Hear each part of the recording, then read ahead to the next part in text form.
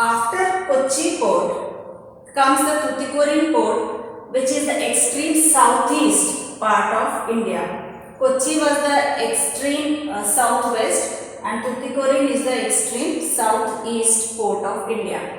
Now Tuticorin has a natural harbour. Natural harbour means the harbour is created naturally. The sea is very deep, so the ships can easily come and stand there or take rest there. So there is no need of digging the soil and making artificial harbour.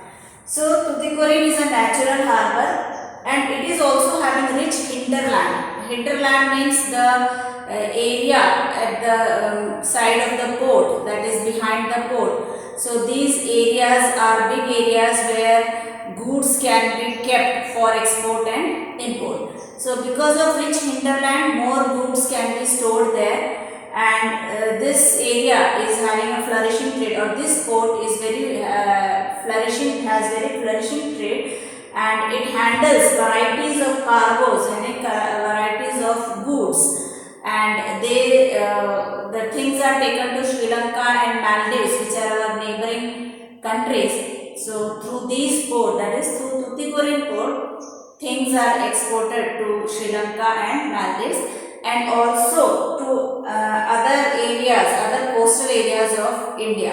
So things are sold or exported to other countries also, and transported to areas within India near the coastal regions. Now after Tuticorin, if you go up, the next is Chennai. Chennai is also in Tamil Nadu. Tuticorin was also in Tamil Nadu. So Chennai is one of the oldest artificial port. Artificial port means where dredging has to be done. That means the mud has to be removed from the water, and then space has to be created for the ships to stand. So it's an artificial port, and after Mumbai, Chennai is the next important port which handles a lot of trade and cargoes. So this is one of the biggest port.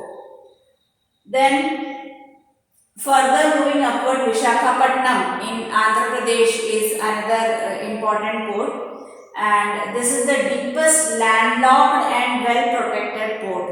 Landlocked means when a port is surrounded by water on all sides, surrounded by land on all sides. Usually when you see a lake, so in a lake you might have seen water is at the center and then the land is on all the sides. So if a lake is having a port, it will look like Visakhapatnam port. So Visakhapatnam is the deepest landlocked port, and so it is well protected.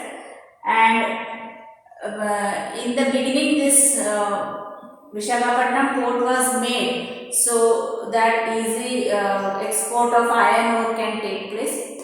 But later on, other iron ore export ports were also set up. So now Visakhapatnam handles not only iron but other cargoes also.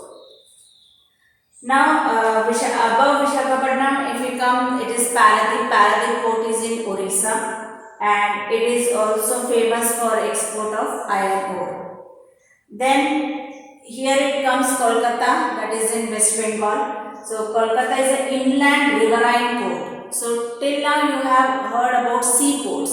So seaports means those ports which are having coastlines, but this is a riverine port. That means it is located in the riverbed. So riverine port, and so it is also having a rich hinterland. That means the area attached to the port is very big. So since it lies in the Ganga Brahmaputra basin, so the whole Ganga Brahmaputra region, delta region and all the nearby areas are there. So goods can be stored there and easily it can be exported.